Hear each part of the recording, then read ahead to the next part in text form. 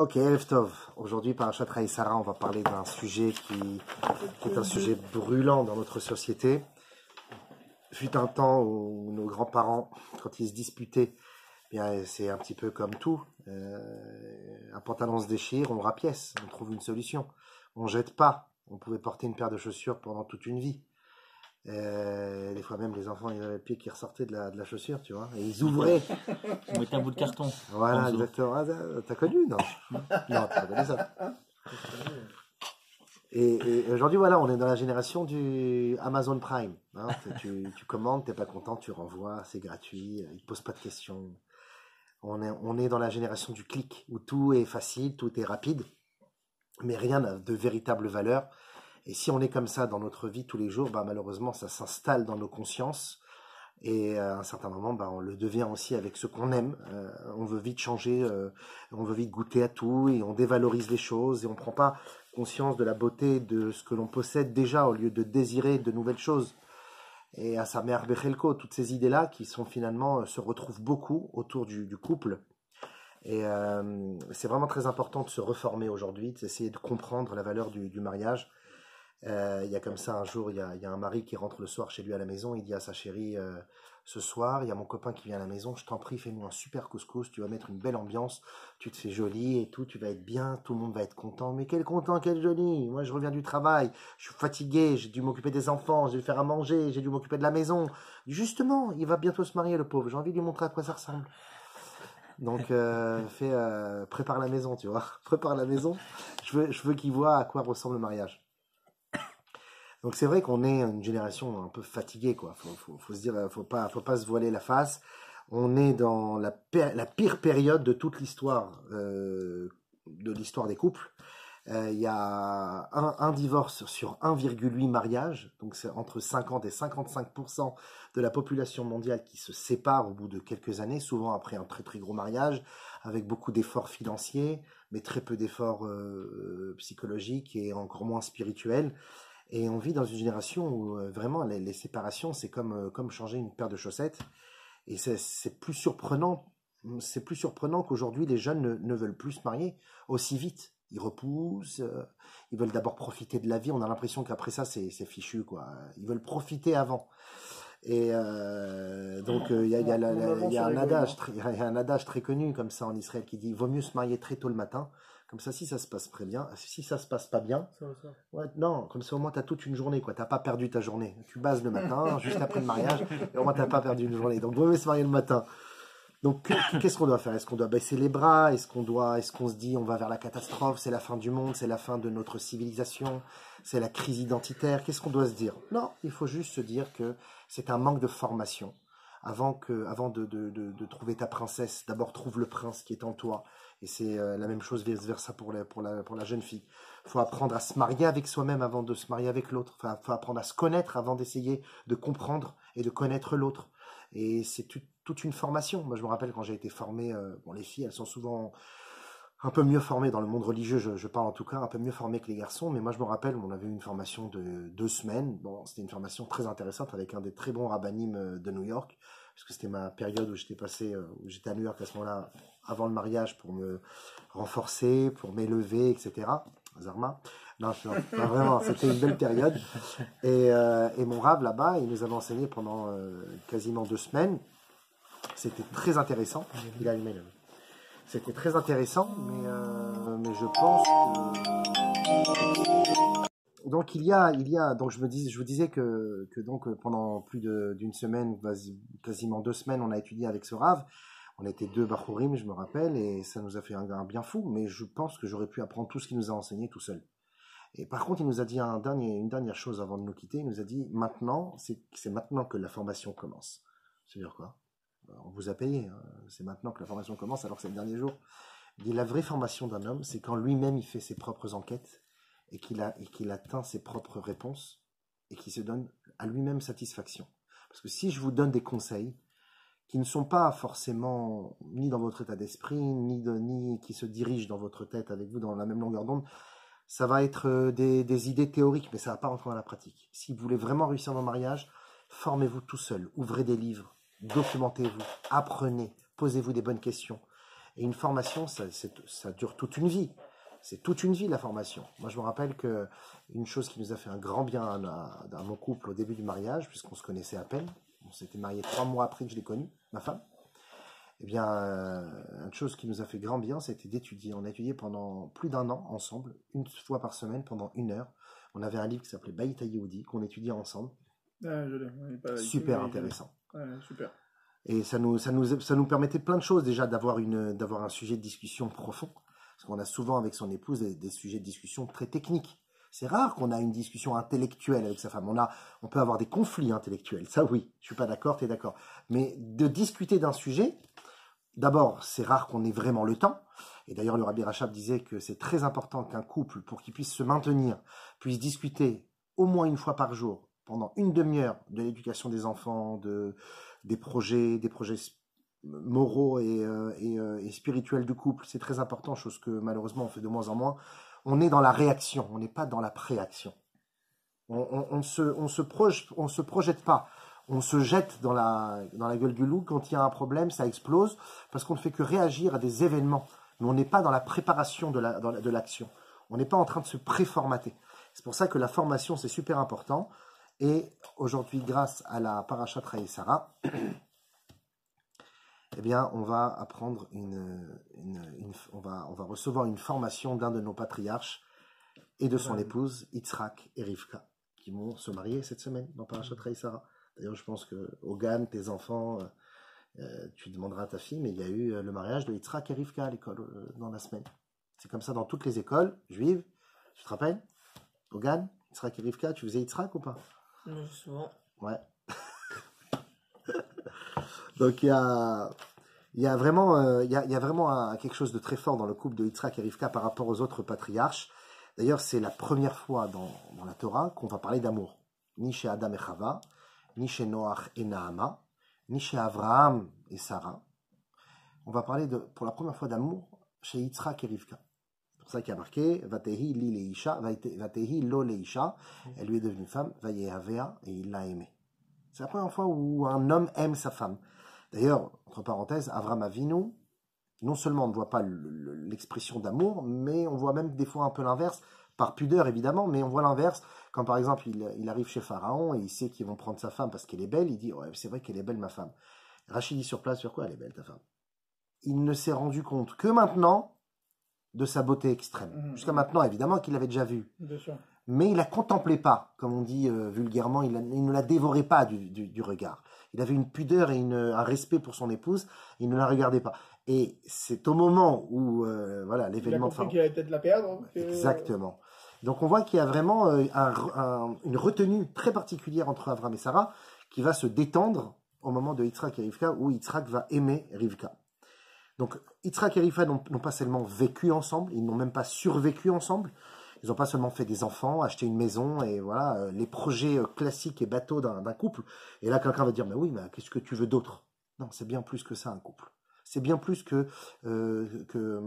qu'acquérir des choses dans ce bas monde. C'est plutôt justement d'acheter son olam haba grâce à son épouse et la femme grâce à son mari. Et Yitzhak et Rivka ont compris vraiment le sens du mariage. Alors, parlons d'Abraham. Abraham ne s'est pas toujours entendu avec Sarah. Par exemple, lorsque Sarah lui dit d'envoyer Ishmaël, alors ils ne sont pas forcément d'accord l'un avec l'autre, mais le fait de ne pas être d'accord, ça fait partie du couple. Le problème, c'est qu'Abraham s'est mis en colère. Il a, comme il y a marqué, Vayera Adavar, mais Od, Veine Abraham. La chose a vraiment déplu à Abraham que sa femme lui demande de renvoyer Ishmaël. On l'a vu la semaine dernière. Donc Abraham, ici, il se met en colère. On voit également chez Yaakov Avinu, quand Rachel, exactement, bravo. Rachel, elle dit, je vais bientôt mourir si tu ne me donnes pas d'enfant. J'ai été ta préférée au départ, et maintenant, elle dit, mais elle n'a pas dit, c'est pas mon problème. Elle dit, Atachat Elokim Anochi. Je suis à la place du bon Dieu, moi, pour te donner un enfant. C'est pas moi qui décide, ça. Mais la manière comment il le dit, et tous les Mefarshim le disent, c'est un moment de colère qu'il y a Yaakov. Si on peut dire, Kaviachol, la colère. Pour augmenter sa prière. C'est vrai, mais concrètement, il y a eu quand même une sorte de désaccord, non seulement dans le fond, mais dans la forme. Sûr, alors que chez Yitzhak et Rivka, bien qu'il y ait eu un désaccord sur le fond, bien qu'il y ait eu un désaccord sur la forme, où Rivka, elle voyait à court terme, c'est-à-dire ici on a un tzaddik qui s'appelle Yaakov, c'est lui qu'il faut choyer. Yitzhak, il voyait à long terme. Il avait un roi HaKodesh disant que non, si Dieu veut, Esav va devenir un jour Ve'alou, Moshim, Be'ar Tzion, Eshpot et Esav. Le Mashiach va venir, il va juger la montagne d'Esav, donc il va faire tchouva. Il voyait ça à long terme, et sa femme lui dit stop, ça suffit de long terme, il faut du maintenant. Donc sur la forme, ils n'étaient pas d'accord, parce que Yitzhak, pour qu'il ne savait pas que Esav était rachat, bien sûr qu'il savait. Et d'ailleurs, la preuve en est, c'est que énormément de Mefarshim sont d'accord de dire que Yitzhak, quand il palpait Yaakov, pensant soi-disant que c'était Esav, il savait que c'était Esav. Et il était juste en train de découvrir une autre personnalité de Yaakov. Ouais. Il était en train de découvrir une nouvelle personnalité de Yaakov, on verra ça les semaines d'après, une personnalité de malin, de rusé. Jusqu'à maintenant, Yaakov ne l'était pas, et maintenant, il s'extravertit. C'est pour ça qu'il était, on va dire, un peu comme choqué. Mais dans le fond, il savait ce qui lui arrivait, et plus encore, il n'y a jamais eu, jamais, au grand jamais, de reproche de la part de Yitzhak à Rivka, alors que c'est la première et dernière épouse de nos matriarches qui a abusé de la naïveté de son mari. Elle a mis de la peau, elle a menti à son mari. C'est elle qui a poussé Yaakov à tromper Yitzhak. Donc, et Yitzhak, jamais il en a voulu. Alors que voyons que, par exemple, Yaakov, avec Atachat Elohim Anochi, est-ce que je suis à la place de Dieu, etc. Qu'est-ce qu'on va voir avec Yaakov?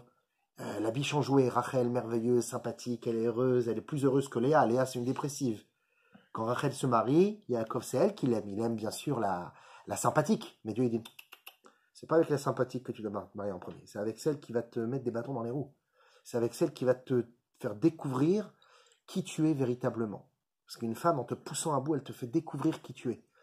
Elle te pousse vers ta propre réalité. C'est pour ça que Hachem, il a dit d'abord Léa, ensuite Rachel. Parce que quand on se marie avec une femme, on a envie de Rachel qui est en elle. On ne veut pas la Léa qui est en elle. La dépressive, la douteuse, celle qui a manque de confiance en elle, celle qui n'est pas sympathique, qui n'est pas sociable, celle qui ne fait pas de sourire. Ça ne m'intéresse pas. Moi, je veux que la sympathique, la jolie, la mince, la intelligente, la belle. Voilà, c'est tout ce que je veux, moi. J'ai une petite idée qui coûte le coup. C'est pour ça qu'il y a la coutume, chez les Ashkenazim, de recouvrir, de recouvrir le visage de la Kala avant la Koupa. Le Khatan, il rentre dans une salle, là-bas, où il va couvrir le visage. La raison pourquoi on couvre le visage, c'est pour être sûr que c'est bien ta Kala. C'est pour ça qu'il va d'abord dans la petite chambre, Kabbalat Panim, on appelle ça, et ensuite il va à la Koupa.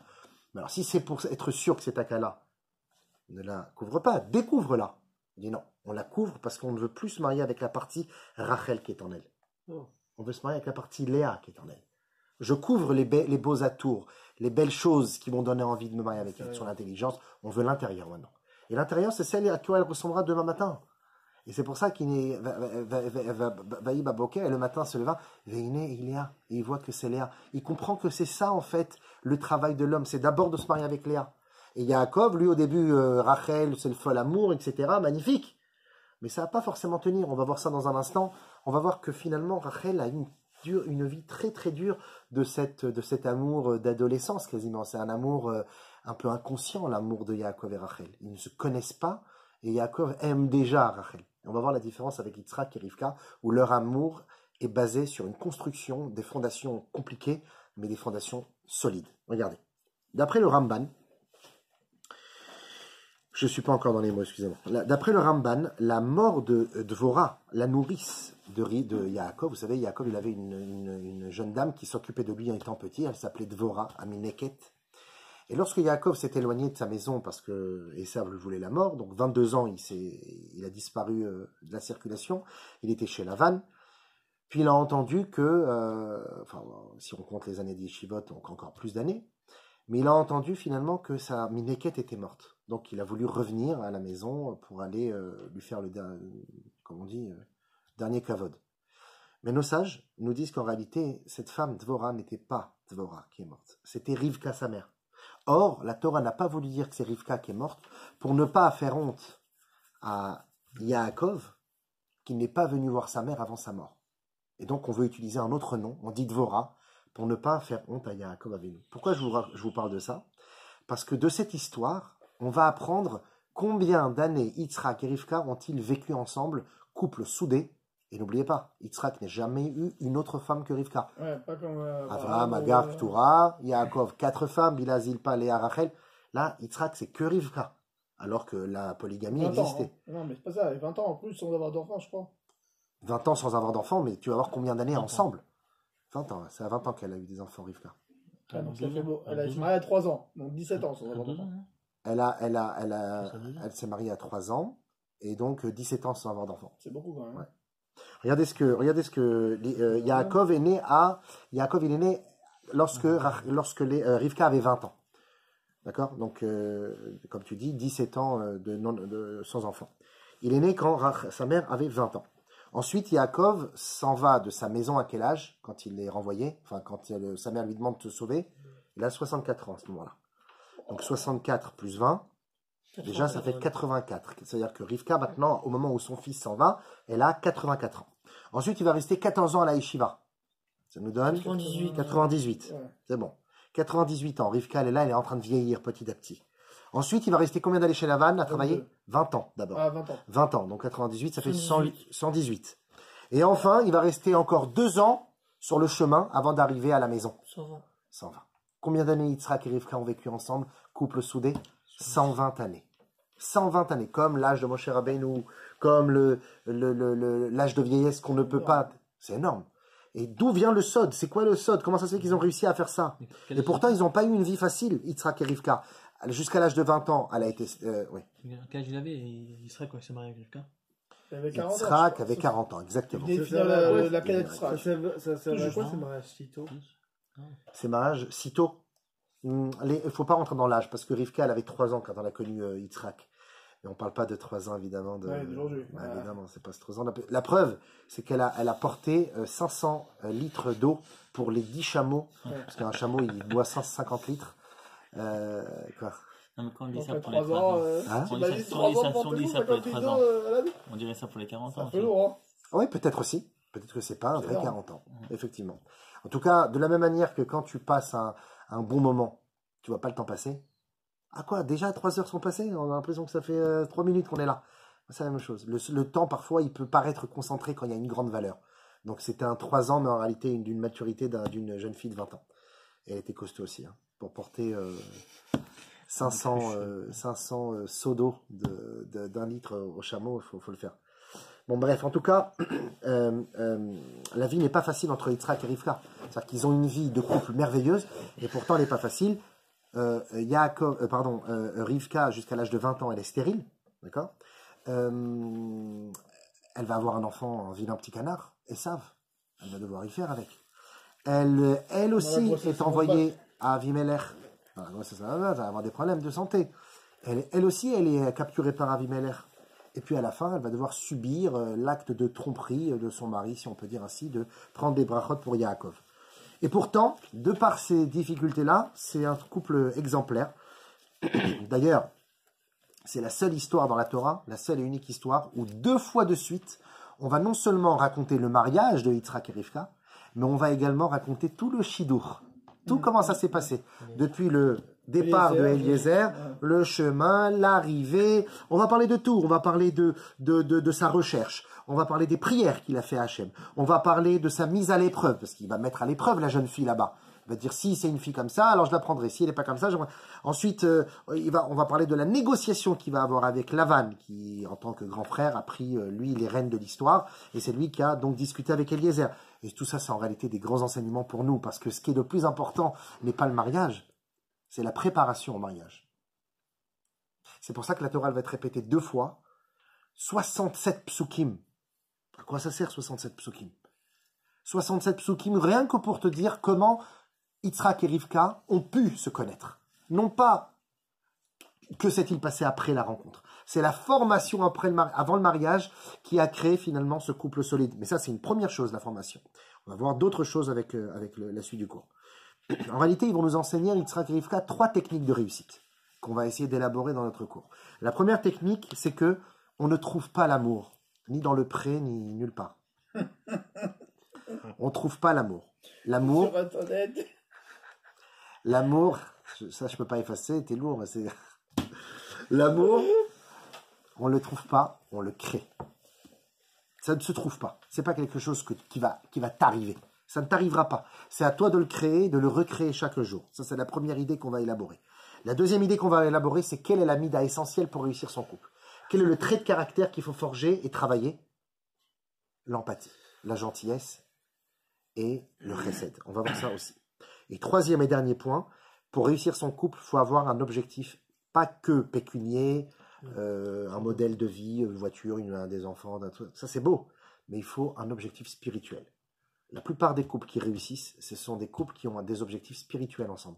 Quand je dis spirituel, c'est même pour des non-juifs, ou même quelqu'un qui est pas religieux, qui fait pas les mitzvot, mais par exemple, ils vont ensemble s'occuper d'enfants handicapés, ou de subvenir aux besoins de familles, d'orphelins. Ce sont des projets sans intérêt. Exactement. Une mission de chesed avec un objectif de chesed, ça forge un couple. Parce qu'en fait, finalement, ils viennent chacun de deux mondes différents. Ils sont différents, mais ils vont avoir le même chemin. Et même si parfois sur le chemin, ils doivent se séparer, la direction est la même. Parce que l'objectif est le même. Et donc, il faut avoir un objectif de vie. Il ne faut pas seulement se dire, on va faire des enfants, on va acheter une maison, et voilà. Non, il faut avoir un objectif beaucoup plus profond. Un objectif philosophique. Et on va voir ça aussi, car ça, Yitzhak et Rivka. Alors on y va, on va voir le tout premier secret, comme on l'a dit, la toute première technique de Yitzhak et Rivka, c'est, comme on l'a dit, l'amour ne se trouve pas, mais se crée. Et qui nous l'a enseigné? Eh bien, c'est Yitzhak. Regardez dans la paracha de cette semaine, petit 1. Vayevieha Yitzhak Oela Sarah Imo, Vaikach et Rivka, Bateilo Leisha Vayehavea. Il a amené Rivka dans la tente de sa mère, c'est quand même étrange, quoi. Il était dans le champ en train de prier. Il y a une femme qui arrive avec la musique de Laurence d'Arabie en arrière-plan, le voile comme ça dans le vent. Bon, et là, elle tombe du chameau, tu vois, c'est très romancé, tu vois. Elle tombe à la renverse. Et puis la première chose qu'il lui dit, j'ai jamais compris ce truc-là. En fait, c'est un test. Paul, ah ouais, on en reparlera. Et la première chose qu'il lui dit, c'est: je veux savoir si tu es au niveau, pas de ma mère, c'est pas ça, c'est pas ma mère, c'est pas ça le problème. C'est est-ce que tu es au niveau de la tzadékette que tu es en train de remplacer. Je veux que tu rentres dans la tente de ma mère. Et je veux voir si tout va s'allumer. En fait, finalement, c'est un test pour savoir si tu es dans la même longueur d'onde que moi. C'est ce que l'on appelle chez les religieux le shidur. Le shidur, ça va être un moment où, au lieu seulement de se faire tromper par les atours émotionnels, elle est mignonne, elle est gentille, elle est jolie, elle est riche, toutes ces choses-là qui sont secondaires, on va se concentrer sur les projets de vie. Est-ce que tu veux la télé ou tu veux pas la télé chez toi? Internet, avec filtre ou sans filtre? Tes enfants, dans quelle école? Quelle sorte de cache-route tu souhaiterais manger? C'est comme ça que ça marche, un vrai shidur religieux. On parle que de choses terre à terre, parce que c'est les tests, en fait, comme quelqu'un que tu amènes dans la tente de ta mère pour voir, est-ce qu'on est dans la même longueur d'onde? On va tomber amoureux pour à la fin se disputer dans 6 mois parce qu'on n'est pas d'accord sur les choses de base de la vie. Parlons des choses de base. Et souvent, ces choses de base sont occultées, parce que je vais me dire, quoi, les gens ils sont bêtes, ils ne parlent pas des choses de base. Ils en parlent, mais ils en parlent seulement après. Et comme il y a eu l'émotion au début, ben même si après, quand tu parles des choses de base, vous n'êtes pas d'accord, t'accepteras. Tu diras, bon, c'est pas grave, ça chambre les yeux. Mon frère, pendant 10 ans, c'était un principe pour toi ce truc. Ouais, mais je l'aime trop.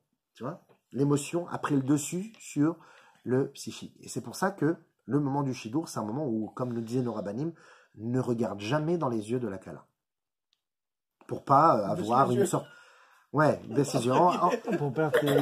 On raconte comme ça, il y avait un jeune bachour comme ça, il avait très honte de se marier. Et puis, il savait pas quoi faire.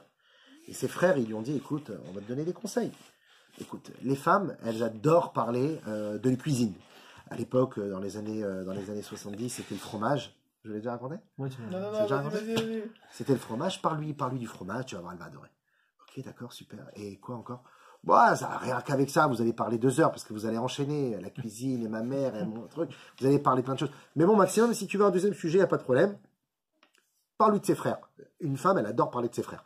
Mon frère, il a fait ci, il a fait tel voyage, c'est un rave, Parle du monde, posez des questions sur ses frères, vous allez passer du temps. Encore 2 heures, 4 heures de shidur, t'es refait. Le bachour, il est bien, il n'a jamais connu de fait avant, mais bon, voilà, il est entraîné maintenant. Il arrive devant la fille, et là, il est tout tremblant comme ça, et elle parle pas, lui, il parle pas, il sait pas quoi faire, et puis à un moment, il prend son courage à 2 mains, et il dit, t'aimes le fromage? Et la fille, elle répond, non. Ah, sur les 4 heures de shidur, il lui en manque 2, il lui en reste que 2.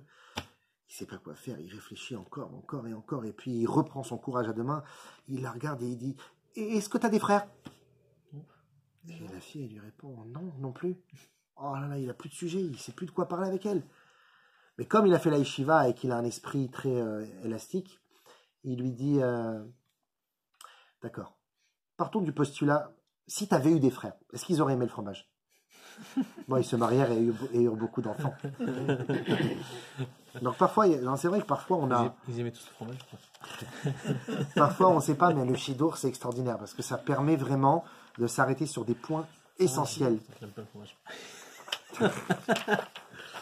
Maintenant, après qu'il a fait rentrer dans la tente de sa mère et qu'elle est devenue finalement la nouvelle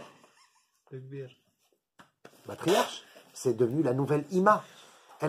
Si elle est rentrée, même Avram, il n'a pas pu rallumer la bougie de la tente de Sarah. Et elle arrive, elle y arrive. C'est toi. J'ai pas besoin de chercher midi à 14h, c'est toi, j'ai toutes les preuves. Maintenant, je me marie avec toi. Vatehi Loleisha, elle est devenue sa femme. Et c'est seulement après le mariage, Vayehavea, qu'il l'a aimée. En fait, finalement, il ne s'est pas marié avec elle parce qu'il avait des papillons dans le ventre. Pas du tout. Pour la bougie, c'est vrai. Il s'est marié pour une seule et unique raison.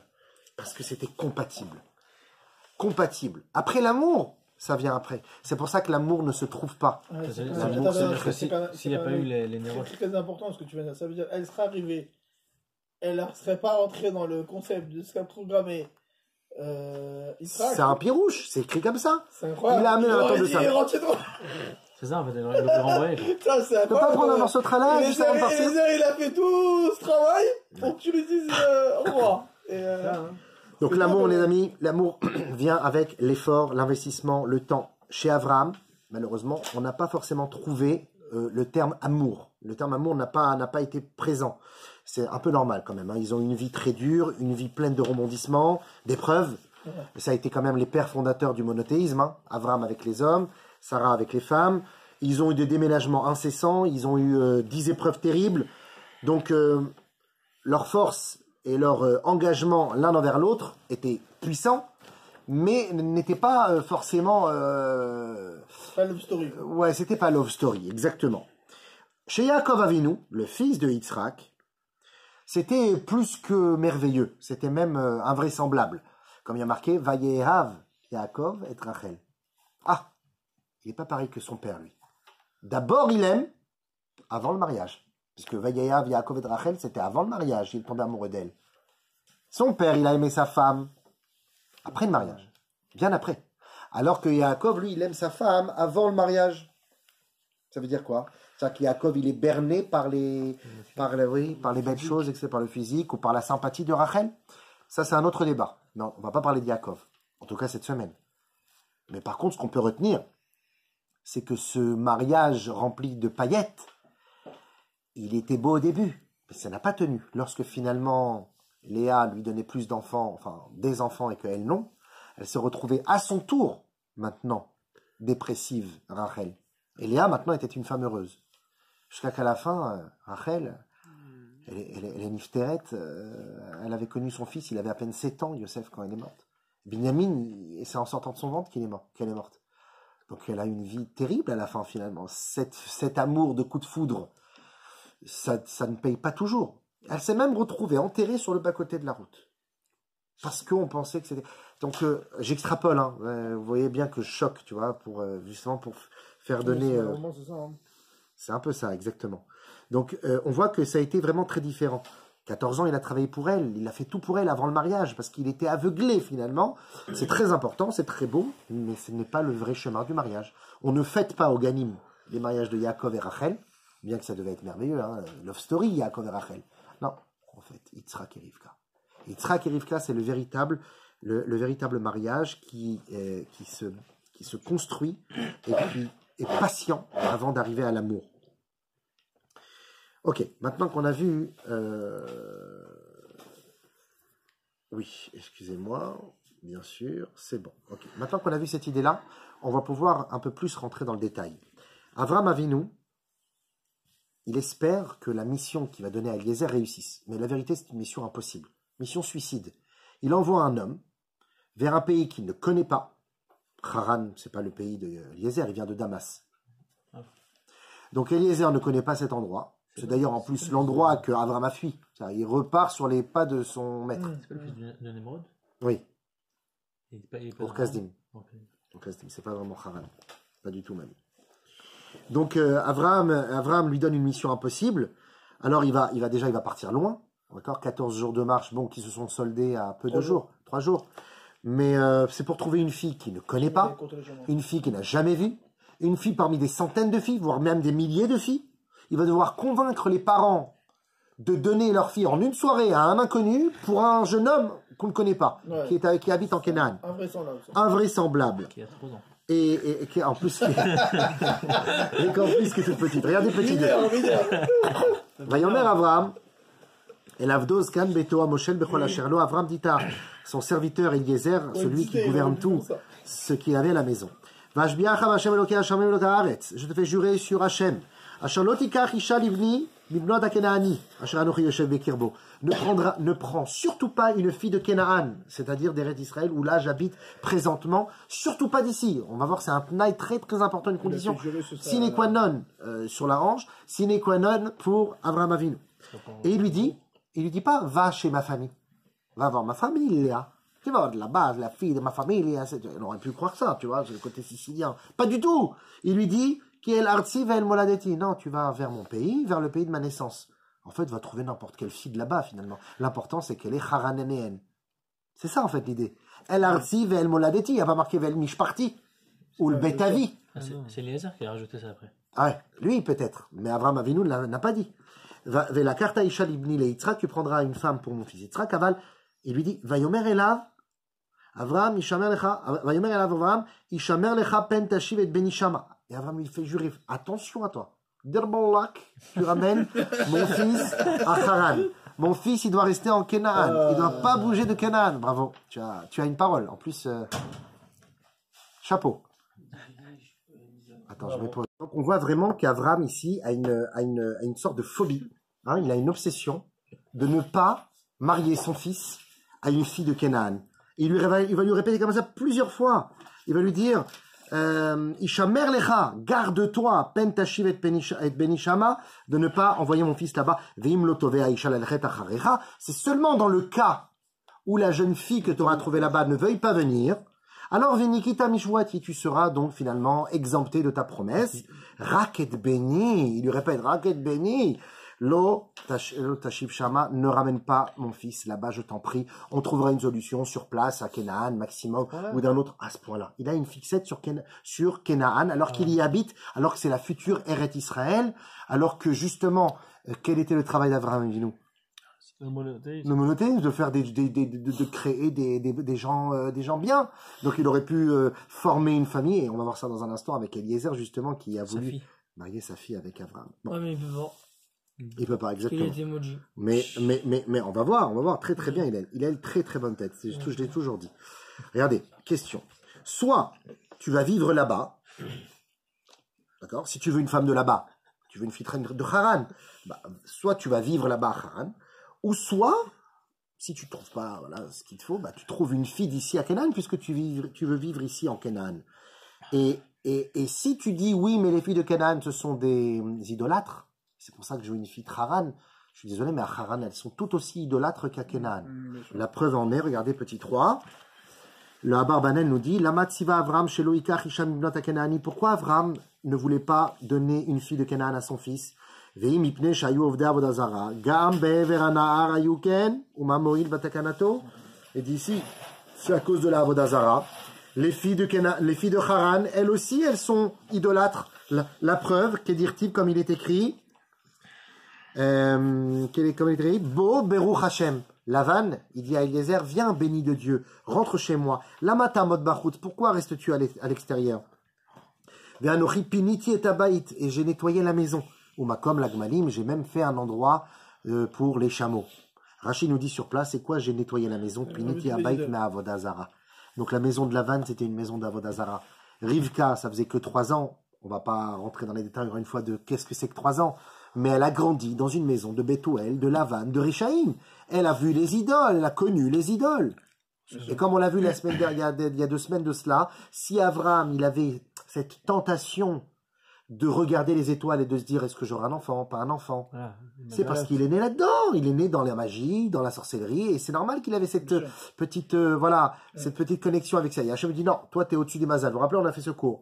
Eh bien, la même chose, imaginez-vous Rivka, elle vit toute une vie dans la Vodazara. Bah, elle est aussi un petit peu, on va être à Vodazara. La prière d'Israël, c'était à côté, pas la prière de. Elle recevait les courriers, non? Elle lisait les lettres qu'elle va m'envoyer. Exact, il y a un midrash comme ça qui raconte, mais c'est très romancé ça, j'aime beaucoup. Et d'ailleurs, il y a une petite anecdote comme ça, un jour il y avait un admour, il était avec un rabbi, il était avec son fils, il a fait un long voyage pour aller rencontrer une jeune fille, un très bon parti pour son fils, un chidour et tout, et sur le voyage, pendant le chemin, ils s'arrêtent à une auberge, ils prennent un café, ils se désaltèrent, et puis il y a tous les chassidim qui entendent parler que le rabbi est présent dans leur ville, et ils vont tous voir le rabbi, vous êtes là, au Rabba, etc. Bah, mon fils, chidour, la jeune fille du village, ah, laquelle? Celle-là? Et ils ont commencé à mal parler d'elle. Ah, c'est pas une super famille, pas génial. Et là, il leur a dit, maintenant je comprends pourquoi Hachem il a fait raccourcir le chemin d'Eliezer avant d'arriver à Haran. Pour pas que sur le chemin, on n'arrête pas de lui dire « Ah, Haran, mais c'est des filles d'Avodazara, comment ça se fait qu'Avram il va là-bas jusqu'à là-bas pour aller trouver une fille, mais c'est pas les super filles du monde. » C'est une petite boutade, mais en réalité, ça montre ici que « Oh, fille de Haran, t'es pas tellement meilleure que les filles de Canaan. » Donc Avram, il a une condition qui est peut-être un peu forcenée. On ne comprend pas pourquoi il a cette obsession. De plus, donc ça c'est la deuxième question, de plus, l'ordre d'Avram n'est pas d'aller vers sa famille, comme on l'a dit au début, mais d'Avka el artsi ve'el moladeti, vers ma terre, vers le pays de ma naissance. Donc c'est son pays qui l'intéresse. Ce n'est pas les filles de sa famille, mais les filles de son pays. Et d'ailleurs, un pays que Dieu lui a demandé de quitter. Lech lecha me artsecha ou mi moladetecha. C'est-à-dire que tu dois quitter ta terre et ta nation de ta naissance. Et qu'est-ce que dit Abraham? Je veux une fille de ma terre, du pays de ma naissance. Et qui veut qu'elle ressemble à Sarah. Ouais, mais bon, concrètement, c'est pas l'endroit. Ça y est, Hachem s'est dit de quitter cet endroit. Bien sûr. Je veux dire, on est en train de faire un retour en arrière. De plus, encore une autre question. Devant ses yeux s'offre une proposition hors du commun. Et que d'ailleurs, si ça marche pas avec Rivka, Eliezer essaye peut-être de tenter Abraham de marier sa fille, Tzadeket, fille d'Eliezer, Tzadeket, avec Abraham. Il ne faut pas oublier que Eliezer, il était dolé ou mashke, mitorat rabol et acherim, il était de Damas, Dameshek, mi Dameshek Eliezer. Dameshek, c'est une contraction de deux mots, dolé ou mashke. Dolé, c'est qu'il remplissait, ou mashké, et qu'il abreuvait. Il prenait les paroles de son maître et il les renvoyait aux autres. Donc en fait, c'est le premier élève, le véritable élève, talmid d'Avraham, c'est Eliezer. Et un talmid, c'est quelqu'un qui retranscrit, qui justement partage les paroles de son maître. Eliezer était ainsi. C'est un gadol ador. Et d'ailleurs, qui est-ce qui est à la porte du tombeau de Hebron, dans Meharat HaMarpela, à surveiller Avraham? Eliezer. Et on dit sur lui qu'il fait partie des personnes qui ne sont pas mortes dans ce monde-ci. Donc, très grand sadique. Il avait une fille géniale. Et d'où on le voit, cela? Regardez petit 4, s'il vous plaît. Vayomer Avraham el Avdo. Avraham dit à son serviteur, qui est l'arti vel moladeti teler, va vers mon pays. Velakar taisha divni le Yitzhak, tu prendras une fille pour mon fils. Vayomer el avaved ulai lo tove aisha lalechet acharai. Et Avraham, Eliezer, il dit, peut-être la fille ne voudra pas venir avec moi. Moi, je sais pas comment je vais réussir à la convaincre, celle-là. Vayusam lefanav ler. Alors, quelques temps plus tard, dans les prochains psukim, quand Eliezer va raconter à Lavan, il y a marqué Vayusam lefanav lechol, Vayomar lo chal ad im dibarti. Lo chal ad im dibarti. Je ne mangerai pas tant que je n'ai pas parlé. Les négociations d'abord, businessman Eliezer. Et il dit quoi? Vamar el Adoni, Vamar el Adoni ulai lo telech aisha acharai. Et j'ai dit à mon maître, il raconte cette histoire à Lavan, et il dit, j'ai dit à mon maître, peut-être la fille ne voudra pas venir avec moi. On dirait presque que Eliezer est en train de pousser Lavan à dire non. Il a envie, pourquoi? Nous disent nos sages, ne dis pas Oulaï, peut-être, mais Elaï. Elaï, ça veut dire vers moi. Elaï, ça veut dire que ce bon parti qui était Yitzhak allait finalement se marier avec ma fille. Bat Aïtal et Eliezer, nous dit Rashi. Une fille Eliezer avait, Vaya Mechazan Imtsoa Elea, et il voulait trouver un bon parti pour elle, la assis au bito, d'accord? Avram lui a dit malheureusement un truc terrible. Il lui a dit, il l'a foudroyé sur place. Il lui a dit, Baruch, Béni Baruch, Vata Arour. Mon fils est béni, puisqu'il descend de Shem, et toi tu es descend de Ham. Tu es maudit parmi les trois fils de Noach. Vein Arour, Midabek Bebaruch. Ça m'a dit jusqu'à ce que la reine lui dit Bobo Hachem. Ouais, exactement. Mais juste avant cela, avec l'idée d'Eliezer, il ne pouvait pas encore se marier avec la fille d'Eliezer, avec Yitzhak, parce que tu es un maudit. Attention, il n'est pas en train de lui dire t'es dégueulasse, t'es un tzaddik. Il dit mais dans tes gènes, t'es maudit, et nous on a la bénédiction dans la famille, on ne pourra pas se marier ensemble. Quoi, à tel point, t'es prêt à prendre une fille que tu ne connais pas, parce que c'est pas une fille de sa famille, c'est une fille de mon pays, on ne sait pas maintenant de qui. T'es prêt à prendre ce risque alors que devant toi, t'as un super parti, la fille de Eliezer. Ah, c'est une Cananéenne. Pourquoi les Cananéennes, elles sont pas idolâtres, elles sont pas mieux. Donc la question est là. Encore une autre question, de plus. Eliezer est bien plus barour que les filles de Chutz Laaretz. Elles sont, comme on l'a dit, de Léoumachke. Enfin, quelle forme de Tnaï Eliezer va dire à Hachem pour trouver la Kala? Qu'est-ce qu'il va dire, Eliezer? Il va dire, s'il y a une jeune fille qui vient, regardez ce qu'il essaye de faire. On a l'impression qu'il a vraiment pas envie que ça se passe, tu vois. Mission impossible. S'il y a une fille qui apparaît, parmi 100 filles qui sont venues puiser de l'eau, c'était le soir, Betzet à Shoevot, les puiseuses d'eau et venaient, etc. Il y a plein de filles, tu vois. S'il y a une fille qui vient me voir et je lui dis, j'ai soif, et qu'elle me dit, bien sûr, je vais vous donner à boire, et aussi à vos chameaux. Pourquoi il a pris 10 chameaux, Eliezer? Bon, c'est vrai qu'il a amené des victuailles, des cadeaux pour la famille. Mais 2 chameaux auraient suffi. Bien sûr. Il en prend 10 parce qu'il a ce plan en tête. Tu vois? Que la fille, elle dise, ouais, mais tu faut jamais porter chameau, t'es pas fou ou quoi? Mais moi, je peux pas porter. Un chameau, ça boit 50 litres en 10 minutes. Un seul chameau. C'est lui qui a pris. C'est pas Abraham qui lui a donné des chameaux. Oui, c'est vrai. Bah, enfin, lui Abraham lui a donné les cadeaux. Après, je ne me rappelle plus dans le texte, mais c'est lui qui a pris les chameaux, non? C'est lui qui a pris les chameaux, pas Abraham.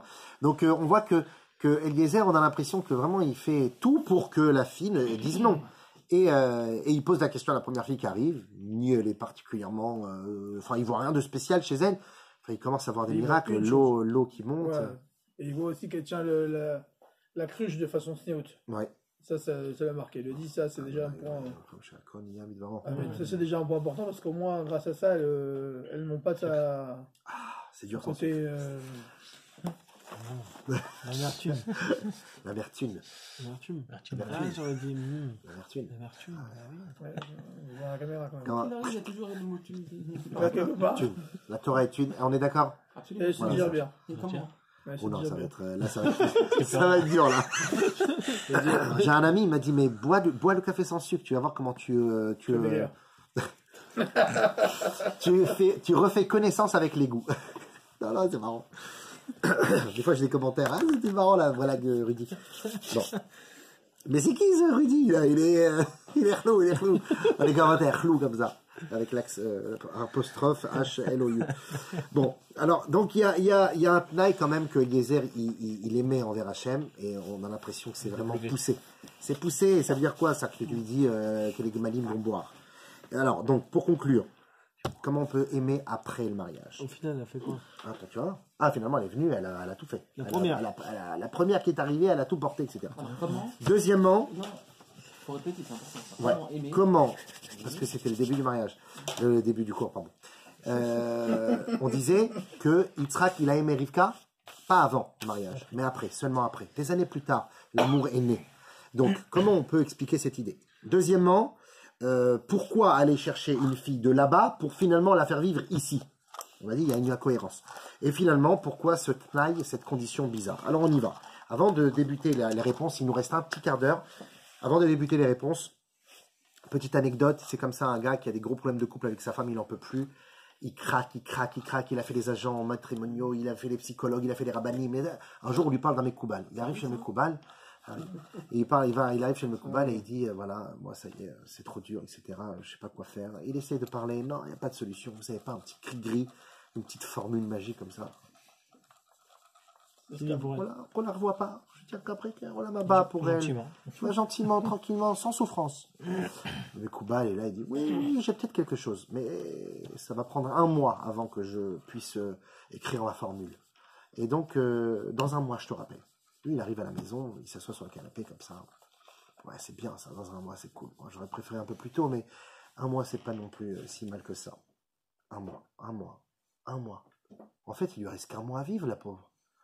je crois que je vais faire un peu d'effort. Et il a commencé, il a dit, je vais la faire kiffer pendant un mois. Il rentrait plus du travail, il rangeait les chaussettes qui traînent, il s'occupait un peu de la maison, des enfants, il préparait à manger. Alors évidemment, les devoirs. Évidemment, au début, il amenait les plateaux pendant la Souda de Shabbat à sa femme. Alors au début,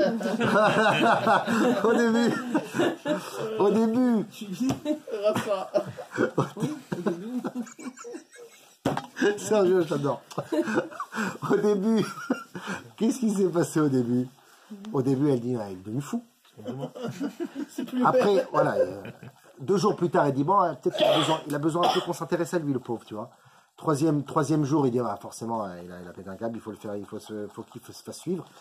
Et 4e ou 5e jour, elle dit, bon, peut-être que finalement, vraiment, il m'aime. Et ben moi aussi, je vais le faire kiffer. Elle aussi, elle sortait plus tôt du travail, et elle le surprenait, elle lui faisait des cadeaux, elle lui faisait des gentillesses. Ça a duré 1 mois, comme ça. Lune de miel, qu'ils avaient peut-être jamais fait, qui se retrouve à s'aimer à nouveau. Et puis, le fameux jour, le Mekoubal l'appelle et dit, bon, c'est bon, la formule est déjà préparée, je peux la dire, ça y est, 1 mois est passé. Il dit, non, je ne vais pas encore attendre 1 mois ou 2, peut-être que, encore un an, peut-être, tu vois, et finalement, ça a repoussé l'échéance, parce que quand on se décide de faire des efforts et de changer, les choses peuvent ne caler bien par la suite. Alors le problème aujourd'hui, c'est que les gens vivent dans Hollywood. Ils veulent vivre en 90 ans de mariage, 90 minutes d'un film de romance, avec la petite musique à l'américaine derrière, avec le petit lumière tamisée, avec les actrices qui te font pleurer. En réalité, c'est que du vent, tout ça. Et les gens vivent dans ça. Les femmes, les hommes, et les séries télévisées, les romans, les histoires, ce qu'on voit sur Internet, les photos sur Facebook, on vit que dans le virtuel. Et donc finalement, on est déphasé de la réalité et on ne veut pas comprendre qu'une vie commune, ça se construit par l'effort, par le sacrifice, par le vitour, l'abandon, par la construction parfois difficile à faire. Certes, ça commence toujours comme un rêve, hein, on lui ouvre la porte et tout, c'est les papillons dans le ventre, mais quand on rentre dans la vraie vie, quand la vraie vie elle débute, c'est là qu'on voit si la base est bonne, si les fondations sont solides. Et si elles sont pas solides, alors il faut commencer à les construire, c'est jamais trop tard. Il faut se dire que maintenant on peut se remarier à nouveau. D'ailleurs, il y a des gens comme ça qui se remarient au bout de certaines années de vie commune. Et plus c'est dur, plus c'est ça l'amour. Tenir bon, coûte que coûte. Parce que l'amour, comme on l'a dit, ça ne se trouve pas. L'amour, ça se construit chaque jour davantage pendant des années. C'est pour ça qu'il y a une grande différence entre un jeune khatan kala qui sont sous la choupa à se regarder avec les petits yeux papillonnants, qu'un papa et une maman qui mettent leurs enfants sous la choupa et qui se regardent après 20 ans de vie commune. Fierté. C'est une autre forme d'amour. C'est un amour qui découle d'un cheminement, d'un voyage, avec la formation. Voilà, exactement. Et ça, c'est une autre forme d'amour. C'est pas l'amour de « elle m'apporte quelque chose, je l'aime parce qu'elle m'apporte. Je l'aime parce que je lui apporte. Je l'aime parce qu'on construit des choses ensemble. » Et ça, c'est Yitzhak et Rivka. Voici ce qu'un jour le rabbi a répondu à une jeune fille qui n'arrivait pas à trouver de shidduchim. Elle s'appelait Madame Spreitstein et elle avait rencontré déjà beaucoup de garçons. Le rabbi dans le bureau lui dit peut-être que je peux vous présenter tel et tel bachour. Elle avait honte, elle a dit je l'ai déjà rencontré rabbi et ça n'a pas marché. Oh c'est pas grave, et elle lui a donné un autre nom de la Keila là-bas. Aussi, je l'ai déjà vu aussi. Et comme ça, pour 5 bachourim, elle était devenue bleue, verte, rouge. Elle avait fait tous les garçons les meilleurs. Et le rabbi lui a dit à un moment, écoutez, je vais pas vous lire dans le texte parce que voilà, c'est un petit peu long et on n'a pas beaucoup de temps. Mais le rabbi, il dit là-bas, il dit justement, vous êtes trop attachés à la littérature et au roman et à tout ce que le monde nous offre comme soi-disant beauté de l'humanité. Or, ce n'est pas ça. Il faut absolument que vous quittiez tout ça, toute cette imagination, cet irréalisme et que vous rentriez dans un travail profond avec vous et vous-même, où vous allez devoir construire, comprendre, vous mettre à la place de l'autre, effacer son ego pour que l'autre existe plus, être attentionné, écouter ses douleurs, écouter ses problèmes. Et finalement, c'est comme ça que vous allez arriver au véritable amour. Ok ? D'accord. Pour finir, à présent, passons maintenant à l'amida essentielle, puisqu'on a vu maintenant l'idée qu'on aime après le mariage. On aime après les efforts. C'est une conclusion, l'amour. Ce n'est pas un début, c'est une conclusion. À présent, mais ça c'est rapide. À présent, on va passer maintenant à la mida essentielle qu'il faut acquérir pour réussir son couple. C'est la mida du chesed, la mida de l'empathie. Et c'est la raison pour laquelle que parce que l'empathie, c'est la capacité de mettre son ego de côté et de se mettre à la place de l'autre. C'est ce que va rechercher Abraham. En fait, Abraham, il n'a pas une fixation sur les filles de Haran. Il a une fixation sur le fait qu'à Haran, ce sont des gens gentils. Haran Av Shel Makom, c'était l'endroit c'était un endroit de Avodah Zara, aussi et encore plus fort qu'à Kenan. Mais par contre, là-bas, les gens avaient de l'empathie. Lavan, quoi qu'il arrive, il venait, il a pris Eliezer dans les bras, viens Baruch Hashem, Beruch Hashem, rentre chez moi à la maison. Il lui a fait un kavod, il lui a donné à manger, il s'est occupé de ses chameaux. Voilà, ce sont des gens, oui, il a voulu, c'est vrai qu'il voulait ça, peu importe. Tu sais, comme on dit, la fin justifie les moyens. Mais il y a quand même un chesed et une empathie. Et c'est pour ça que la mida qu'Abraham recherchait dans sa famille, c'était l'empathie. Et c'est pour ça qu'en réalité, Eliezer, quand il va amener 10 chameaux et qu'il va présenter les chameaux à Rivka, ce n'est pas une entourloupe pour qu'à la fin, quelqu'un lui dise non. Au contraire, il met la barre très très haute. Il va créer une mission impossible pour voir si elle est capable de dire oui, même pour un truc pareil. C'est parce que c'est l'empathie qui va créer le plus beau mariage de l'humanité entre Yitzhak et Rivka, l'amour, la patience et la gentillesse l'un envers l'autre. Et ceci ne se trouve pas en Canaan, où là-bas, les filles qui y vivent sont matérialistes, à outrance, elles ne pensent qu'à elles-mêmes, sans concession. C'est pour ça que la Torah nous dit Kemaase Eretz Mitzrayim ou Kemaase Eretz Canaan, lo ta'asu. Tu ne feras pas comme les Égyptiens et tu ne feras pas comme les Canaanim. Pas comme les Hananim, les gens de Haran, il n'y a aucun problème. Voilà pourquoi dit-il à Eliezer Ata Arour. Tu es maudit. Pas parce qu'il l'insulte. Quand il dit à Eliezer, tu es maudit, parce qu'il lui dit, même si toi, tu es un rescapé des mauvaises choses de ce monde, et tu t'es surpassé individuellement, tu es malheureusement descendant de Ham, et tu es génétiquement Ham. Et donc tu es Kenaani, où il y a des mauvaises midot, ou même si toi, tu t'es travaillé, mais ça peut ressurgir un jour, ça. Dans les gènes, ça ressurgit plus tard dans ta famille. D'ailleurs, on ne peut pas juger un homme sur ses actions. On ne peut juger un homme que plus profondément. En fait, lorsqu'un homme fait une action, ça ne découle que d'un sentiment, d'une mida. La mida, c'est très dur à changer. Ça vient d'une nature profonde. Donc l'action de la Avodah Zara qui était faite à Haran, ça peut être changé. Mais la mida, Ra'a, la mauvaise mida de Canaan, de ne pas aider, de ne pas faire profiter. D'ailleurs, qu'est-ce qu'on a vu à Canaan? Sodome et Gomorre, c'était en plein Canaan, Sodome et Gomorre. Et là-bas, on n'aimait pas la Achnasat Ochim, on n'aimait pas partager. Kedar, la Romer et tout ça, c'était que des gens méchants qui n'aimaient pas l'autre, juste parce qu'il était autre. Eh bien, cette mida de Canaan, elle est très dure à déraciner. Et c'est pour ça qu'il dit à Eliezer, même si toi, tu t'es travaillé individuellement, mais c'est dans tes gènes, ça descend de Ham, ça. Ham qui n'a pas eu de la peine pour son père quand il était dénudé, il n'est pas venu le recouvrir. À la place de ça, il a voulu le frapper, il a même mutilé pour qu'il n'ait plus d'enfants, d'autres enfants. Ça, c'est vraiment de la raout, de la méchanceté. Et c'est pour ça qu'à Haran, même si c'est des Ovdim, Avodah Zara, ce sont des gens qui font de l'idolâtrie, c'est une action. Et une action, elle peut être changée. Ça, on peut tout changer. Mais une mida, c'est très compliqué à changer. C'est pour ça que je préfère les midot de Haran, où là-bas, les filles sont gentilles.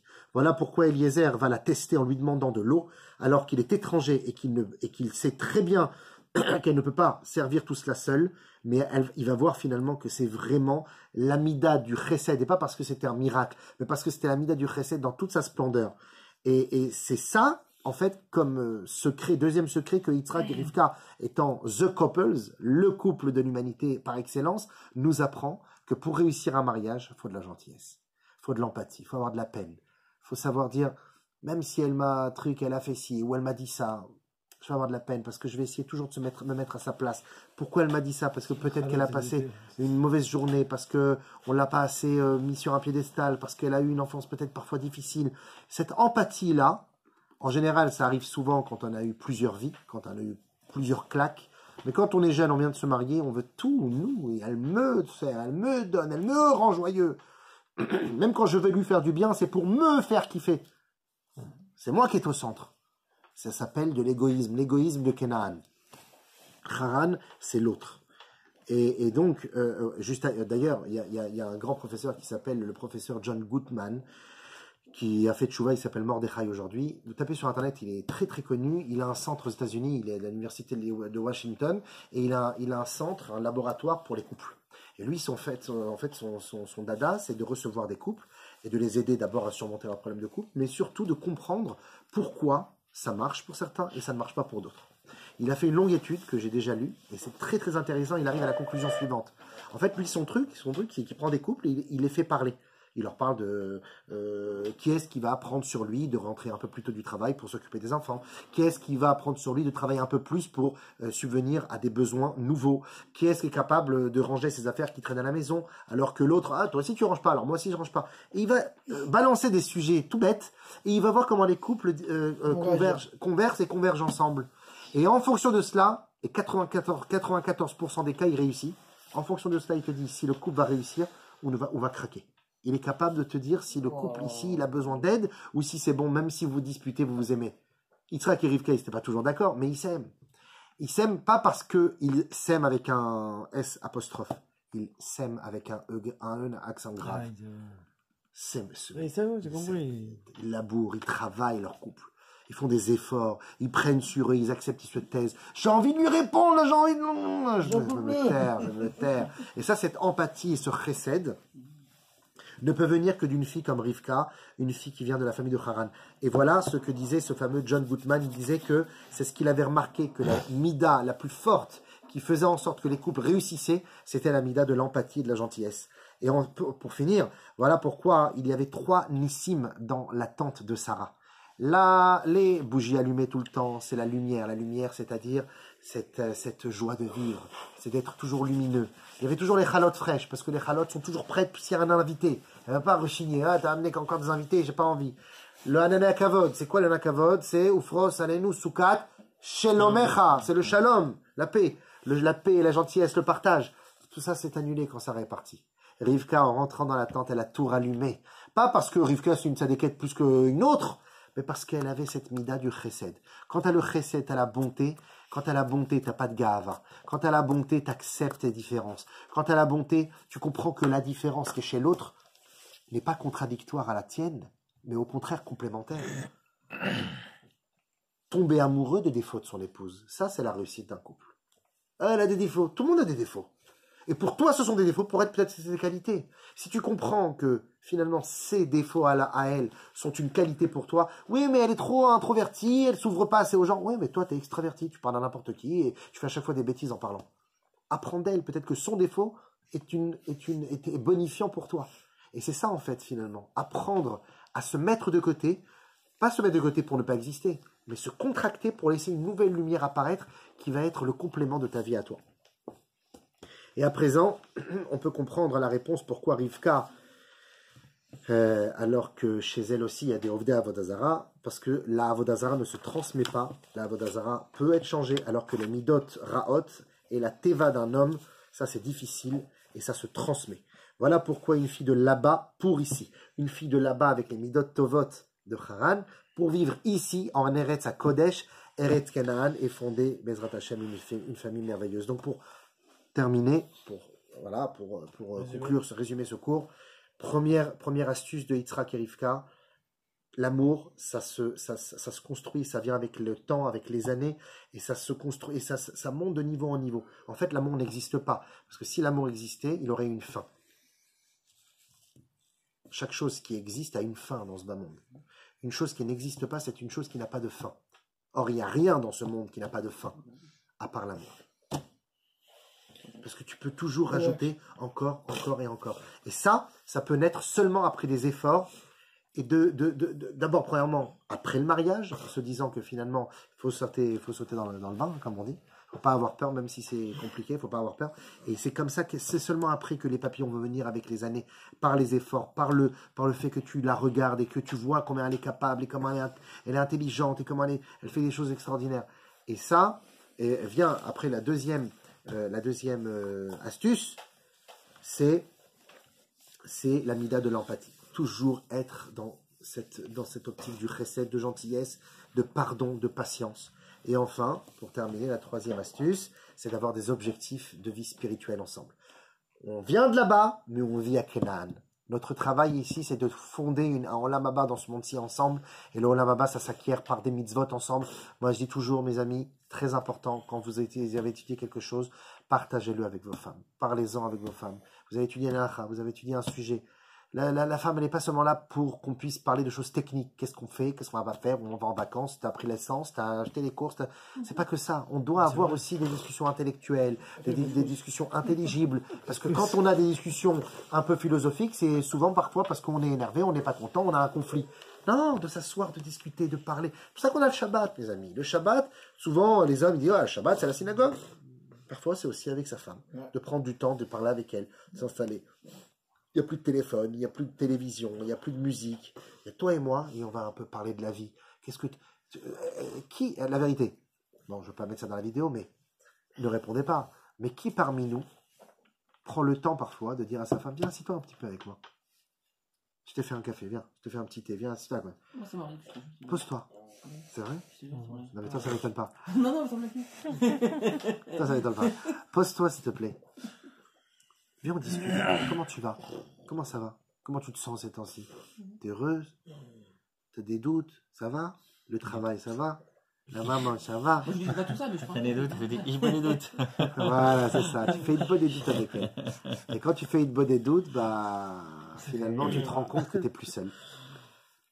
Tu fais une bonne des doutes avec elle et tu te rends compte que t'es jamais seul. Parce qu'il n'y a que deux personnes qui te connaissent vraiment. Il y a beau des doutes.